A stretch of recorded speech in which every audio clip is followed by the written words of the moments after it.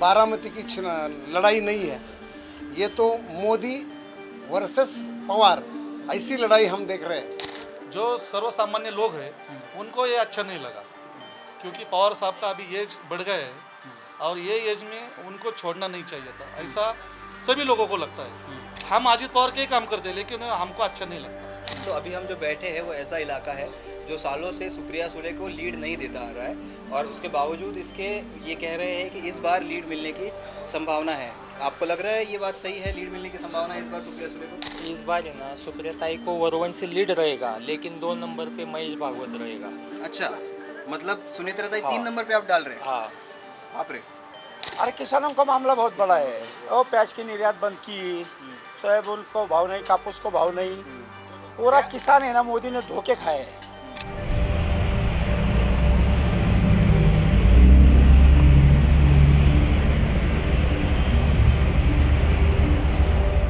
नमस्कार, मेरा नाम है जीशान कास्कर और आप देख रहे हैं द वायर। वायर की चुनाव यात्रा पहुंच चुकी है महाराष्ट्र, और महाराष्ट्र में भी बारामती के वरवण गांव में। आज यहां पर शरद पवार की सभा होने वाली है, बड़ी अपनी बेटी के प्रचार के लिए वो आने वाले हैं।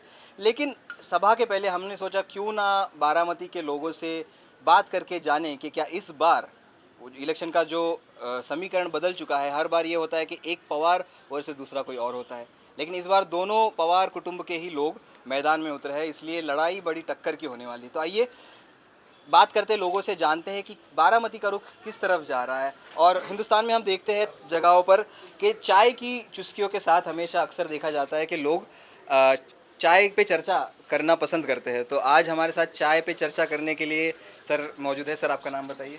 तानाजी दिवेकर। तानाजी दिवेकर सर, आप कहाँ से हैं?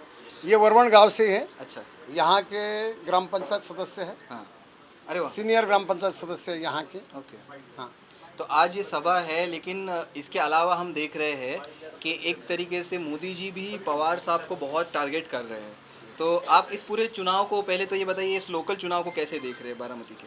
बारामती के लोकल चुनाव को हम, ये तो बारामती की लड़ाई नहीं है, ये तो मोदी वर्सेस पवार ऐसी लड़ाई हम देख रहे हैं। इंटरेस्टिंग। या ऐसा क्यों लगता है यहाँ आपको? के माहौल ये देखिए, यहाँ से ये जो लड़ाई हुई है यहाँ की 2014 में हुई है, 2019 में हुई है, दोनों में ये पवार साहब की जो सुप्रिया सुले है वो तो पीछे रह गई है दौंड तालुका में। ये जो तहसील है, दौंड तहसील है, उसमें वो 2014 को 25,000 वोटों से पीछे रही थी। अच्छा, अभी 2019 में हाँ, ये हमारी उम्मीदवार थी बीजेपी की कांचन फूल, हाँ, वहाँ से 9,000 वोटों से आगे थी। हाँ, अभी जो पवार है, सुनेत्रा जी पवार है, वो तो 10,000 वोटों से आगे ही रहेगी। ओके। या तो आप खुले तौर से आप ये तो कह रहे हैं कि आप बीजेपी के कार्यकर्ता हैं। मैं तो बीजेपी का कार्यकर्ता हूँ। ठीक है, लेकिन फिर भी हम आपसे जानना चाह रहे हैं कि आप जो लीड बढ़ाने की बात कर रहे हैं, या लेकिन आप इतना कॉन्फिडेंस से कैसे कह सकते हैं, क्योंकि शरद पवार भी अपनी पूरी ताकत यहाँ पर झोंकते नजर आ रहे हैं। हाँ, पवार साहब की बड़ी ताकत है, वो मालूम है, लेकिन बीजेपी ने 10 सालों में जो काम किए हैं यहाँ के बेसिक इंफ्रास्ट्रक्चर का जो काम किया है, और अभी यहाँ का पानी का बहुत प्रॉब्लम है। यहाँ की खेती बड़ी अच्छी है, लेकिन पूना जो मेट्रोपॉलिटन सिटी हो रही है, इसके वास्ते पूना की मांग बहुत है पानी की। इसके वास्ते हम क्या कर सकते हैं? ये टाटा का बड़ा प्रोजेक्ट है पूना के ऊपर के हिस्से में जी, वो जो पूना का बड़ा हिस्सा है, पानी के लिए तरस रहा है, वहाँ से पानी ले लेंगे। वो काम पवार साहब कर नहीं सकते, वो काम सिर्फ मोदी कर सकते हैं। लेकिन अब 10 साल हो गए ना। हाँ, 10 साल में किया है ना उन्होंने, जो इंफ्रास्ट्रक्चर यहाँ बढ़ाया है, अच्छा किया है, वो बहुत अच्छा काम किया है। इसलिए तो हम बोल रहे हैं कि यहाँ से 10,000 वोटों से सुनेत्रा पवार बढ़ के ही आएगी। लीड लेगी। हाँ, लीड लेके जाए। अच्छा, एक और चीज़ आपसे जानना चाह रहा हूँ, क्योंकि एक बड़ा मराठी मीडिया में बहुत बड़ा मुद्दा था पिछले हफ्ते कि जब पवार साहब को मोदी साहब ने कहा था कि हाँ, ये भटकती आत्मा है। तो आप कैसे देखते हैं, क्योंकि एक मराठी पब्लिक जो है भले ही पवार साहब के विरोध में भी हो, लेकिन पवार साहब का आदर करती है, तो हाँ। तो ये स्टेटमेंट तो थोड़ा अनादर वाला है। देखो, पवार साहब की जो राजनीति है, गए 35 साल की जो राजनीति है, जो उन्होंने उन्होंने देखो मुंडे साहब का घर फोड़ा है। हाँ, उन्होंने जो जिस जिस जिले में वो जाते हैं वहाँ का जो उनको अच्छा लगता है वो लेते हैं, बगल में मारते हैं और वहाँ का माहौल ख़राब कर दे राजनीति का। वो ऐसा 35 साल से चल रहा था। यहाँ पहली बार ये हुआ उनके बारे में कि उनके बारे में अजित पवार को मोदी साहब ने साथ ले लिया। लेकिन जो ये पवार साहब की राजनीति है वो जो है इसका वर्णन मोदी साहब ने जो किया है ना, इसका अच्छे शब्दों में अभी तक किसी ने नहीं किया था, ऐसा हम बोलते हैं। चलिए, आप तो एक बीजेपी के कार्यकर्ता है, लेकिन हम और भी लोगों से यहाँ पर बात करते हैं, क्योंकि एक पिछले हफ्ते ही मोदी यहाँ पर आए थे महाराष्ट्र में और उन्होंने कहा था कि शरद पवार को संबोधित करते हुए कहा था कि एक शरद पवार भटकती आत्मा के जैसे है। शायद उनकी एज के ऊपर से उन्होंने टिप्पणी की होगी, लेकिन आपसे मैं जानना चाह रहा हूँ सर, आपका नाम बताइए क्या है? मेरा नाम मनोज सातपुते है। मनोज जी, क्या आप अपने के जो ग्राम पंचायत सदस्य हैं उनकी बात से इत्तेफाक रखते हैं, अग्री करते हैं उनकी बात से? नहीं नहीं, वो बहुत दिनों से समझो उनका पूरा आयुष्य उसमें बीजेपी में ही गया है।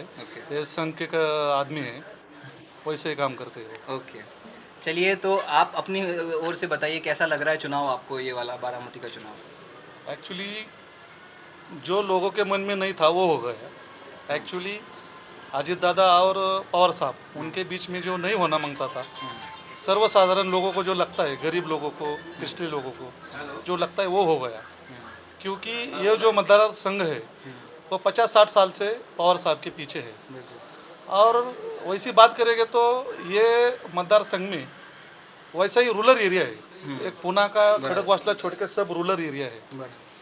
और ये रूरल एरिया में हमारे इधर वरवण में बहुत लोग प्याज उगाते हैं, प्याज करते हैं। अभी प्याज का सीजन चालू है। और ये हम तो वैसा ही ऐसा किसी पार्टी का सदस्य नहीं, अभी तक नहीं। खाली हम इधर के रमेश अप्पा है और रमेश अप्पा के माध्यम से लोकल लेवल पे काम कर रहे हैं। रमेश अप्पा के काम करते हैं हम जी। लेकिन इधर का जो शेतकरी है, कृषि वाला काम करने वाला है, वो बीजेपी के पूरा खिलाफ है और उसके विरोध में है।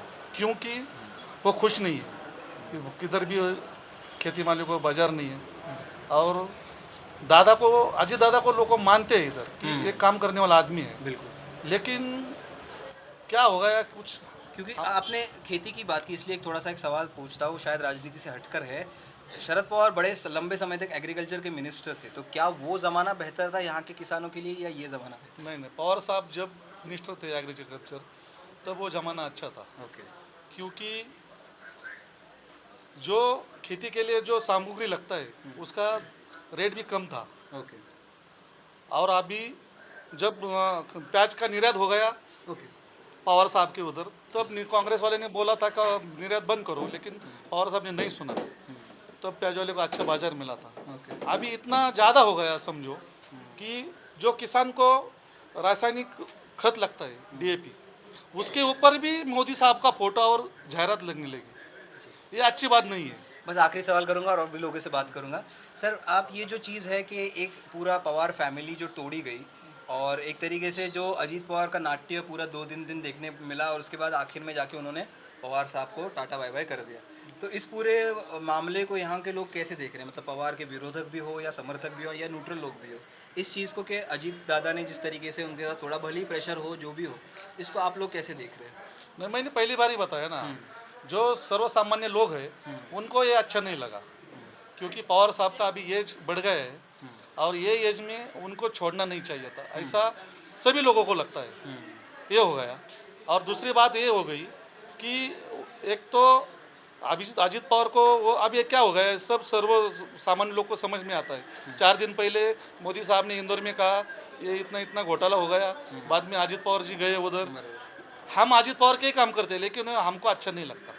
तो ये मतलब ये बात जन जन तक पहुंची है 70,000 करोड़ में। ये जब 2009 में ये इधर ये एरिया में, ये संसद एरिया में, जब सुप्रिया ताई और महादेव जी जानकर ये 2 लड़ाई हो गई थी 2014 में।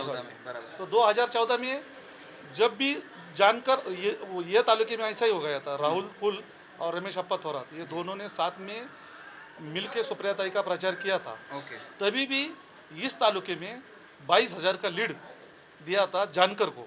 ओके हाँ, अभी हमको तो ऐसा दिख रहा है हाँ कि जिसको भी फोन करूं हाँ वो सब सुप्रियाताई का नाम ले रहे हैं। ओके ये बहुत ज़्यादा करके सर्व नेताजन छोड़ो, नेतागण सब काम कर पार्टियों का काम कर रहे हैं, लेकिन जो उसके नीचे वाले लोग हैं वो किसी का भी सुनते नहीं, अभी ऐसा दिख रहा है। आपका नाम क्या बताया आपने? मनोज सातपुते।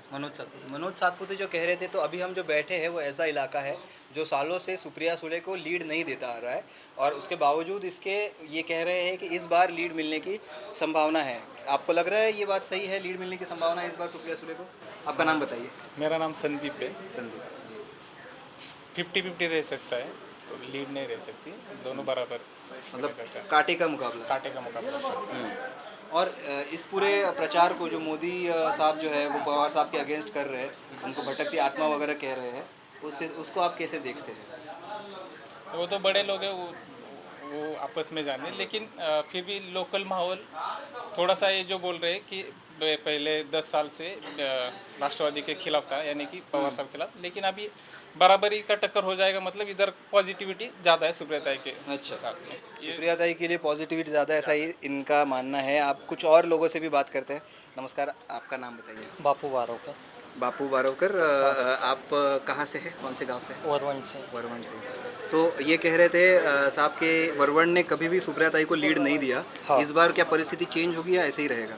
इस बार है ना सुप्रियाताई को वरवंट से लीड रहेगा, लेकिन 2 नंबर पे महेश भागवत रहेगा।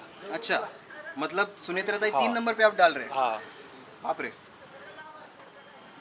ऐसे कैसे आप कह रहे हैं? इतना रिजल्ट है इधर का, अच्छा, तिरंगी लड़त है इधर। तिरंगी लड़त है। तो ये आपसे बात करें, ये एक इम्पॉर्टेंट चीज़ है। महेश भागवत आप कह रहे हैं, कौन सी पार्टी से है? बहुजन, ओबीसी बहुजन party. Bahujan Samaj party, BSP से? नहीं, बीएसपी नहीं, ओबीसी बहुजन पार्टी। ओबीसी बहुजन पार्टी, ओके। तो ओबीसी का मुद्दा चूंकि यहाँ पर पिछले 2 साल से महाराष्ट्र मराठा आरक्षण के बाद ओबीसी आरक्षण का भी मुद्दा एक ज्वलंत मुद्दा रहा, और शायद इसी वजह से है कि ये जो दूसरे भागवत है उनका पलड़ा भारी नजर आ रहा इस गांव में सुप्रियाताई 1 नंबर पे रहेगी, लेकिन 2 नंबर पे महेश भागवत, है। अच्छा, ओके। और दौंड तालुके में 1 नंबर महेश भागवत। दौंड तालुक में। हाँ, और दौंड ओवरऑल तालुक। बारामती में क्या लगता है आपको? ओवरऑल बारामती में सुप्रियाताई और महेश भागवत में फाइट होगी। ओके ओके ओके, चलिए और लोगों से जानते हैं, आपके हिसाब से क्या है मुद्दे इस बार? नमस्कार, आपका नाम बताइए। दीपक दिवेकर, दीपक जी, आप कहाँ से हैं? यहाँ से वरवण से। वरवण से, ओके। आपको यहाँ पर तरह तरह के ओपिनियंस हमें सुनने को मिले। स्टार्टिंग में एक ओपिनियन सुनने को मिला कि इस बार सुप्रियाताई 10,000 से पीछे है कि किधर दौन तालुके में हाँ 50,000 से आगे रहेगी। 50,000 से आगे। कम रहा तो मैं लेकिन काम 14 करूँ, और जो 19 जो 10,000 बोलता ना उनके यहाँ मैं काम करूँगा। अच्छा, आप भाजपा में काम करेंगे मतलब? हाँ, आप भाजपा में काम नहीं नहीं, भाजपा में नहीं, जो 10,000 बोलता ना उनके अच्छा, घर पे। अच्छा अच्छा, माइनस मंथ ठीक है ठीक है ठीक है, बढ़िया है। और बताइए इस बार क्या मुद्दे हैं ज़्यादातर लोगों की मतलब चर्चा में, कौन सी किस तरीके के मुद्दे? अरे किसानों का मामला बहुत बड़ा है। वो प्याज की निर्यात बंद की, सोयाबीन को भाव नहीं, कापूस को भाव नहीं, पूरा किसान है ना मोदी ने धोखे खाए हैं। हमारा तो जीएसटी के बारे में इतना पैसा जाता है, थोड़ा एक्सप्लेन कीजिए कैसे जाता है? मिनिमम कोई भी किसान रहेगा तो 1 लाख का 2 लाख का खाद लेता है, ओके फर्टिलाइजर। ओके, 18% जीएसटी पकड़ा बराबर, तो कितना जाता है? लगभग हो गया 1 लाख के अंदर 18,000, 2 लाख के अंदर 36,000, बराबर। और हमको साल को देता है 6,000। वो दाढ़ी करने को नहीं पड़ता हमको। और रात को किसान गया ना खेत में, वो गाय छप खाता है, तंबाकू लगता है उसको, मेहनत वाला आदमी रहता है, रात को जागना पड़ता है तो तंबाकू खाता है। तंबाकू की पुड़ी की कीमत है 10-12 रुपये, और दिन को मिलता है 16 रुपये। अरे बाप रे। और मोदी को धोने वाले हैं ना, उनको तो मैं इतना खड़ा सवाल करता हूँ कि जितना हमको लूटा है ना पूरे 10 साल में, हमारा वापस दे दो। पहला जीएसटी के अंदर हमको लूटा है वो। आपका नाम क्या सर? दीपक दिवेकर। तो दीपक जी यहाँ पर एक बहुत इंपॉर्टेंट बात कर रहे हैं, किसानों का मुद्दा यहाँ पर, क्योंकि हम बारामती खड़े हैं। बारामती में ऐसी कोई सब्ज़ी नहीं होगी जो इस मिट्टी में नहीं आती। कहते हैं कि ये यहाँ की मिट्टी लक्ष्मी है, और किसानों का ये कह रहे थे, थोड़ा फ़नी भी था लेकिन बड़ा सीरियस मुद्दा है कि आज का जो किसान है वो अपना तंबाकू भी अफोर्ड नहीं कर पा रहा, जो मज़दूर है। तो चलो खैर आगे बढ़ते हैं। यहाँ पर भी ये है, नहीं आता। कोई बात नहीं, कोई बात नहीं। अगर कोई और बात करना चाह रहा है तो यहाँ पर ये एक सर है, इनसे बात करते हैं। अच्छा नमस्कार, बताइए आपका नाम बताइए। विशाल विशाल, पूरा नाम क्या आपका? विशाल सरनोत, विशाल, आप कहाँ से हैं? यही से हूँ। यही से। क्या लगता है आपको इस बार किसकी हवा है, किसका चुनाव है ये बारामती में? बारामती में दोनों पावर ये हार जाएंगे अच्छा। और महेश अन्ना का चल जाएगा यहाँ पे। ओके, ये दूसरे व्यक्ति है जो महेश भागवत को एक लीड देते नजर आ रहे हैं। क्या कारण है कि ओबीसी आरक्षण का मुद्दा इंपॉर्टेंट है यहाँ पर? नहीं, ओबीसी आरक्षण के बारे में मेरे को इस बारे में कुछ बात नहीं करना है। मुझे बात करना है इस एरिया में जो ये हुआ है डेवलपिंग का बात है या रोजगार का जो बात है, उसमें कोई भी पहले जो खासदार थे उन्होंने कोई रोजगार के बारे में कोई मुद्दा उपस्थित नहीं किया है, कुछ भी नहीं किया है। तो सुनेत्रा ताई क्यों नहीं और भागवत क्यों? महेश अन्ना का जो स्टडी है, जो पानी के बारे में है या कोई जो है वो स्टडी उनका जो है वो बहुत स्ट्रांगली स्टडी है उनका। ठीक है, तो बहुत सारे ओपिनियंस, हमें बहुत तरह तरह के ओपिनियंस मिले यहाँ पर। और यहाँ पर एक ठीक है, बहुत सारे लोगों से बात ऑलरेडी की हमने और बारामती के एक तरीके से पूरा एक पिक्चर हमें कह सकते हैं कि देखने को मिला है। और यहाँ पे जो मैंने समझा, मुझे तो लग रहा है कि यहाँ पर 2-3 मुद्दे बहुत इंपॉर्टेंट है। सबसे बड़ा मुद्दा जो मेरे हिसाब से वो किसानी का मुद्दा है, किसानों का मुद्दा है। दूसरा मुद्दा है कि पानी, हम ऐसे भाग में हैं जो कि दुष्काल यानी दुष्काल भाग कहा जाता है महाराष्ट्र का, पानी की कमतरता होती है।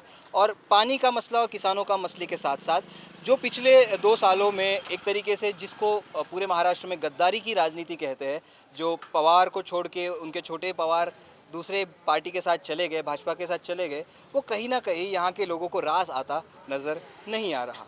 मेरा नाम है ज़ीशान कास्कर और आप देख रहे हैं द वायर।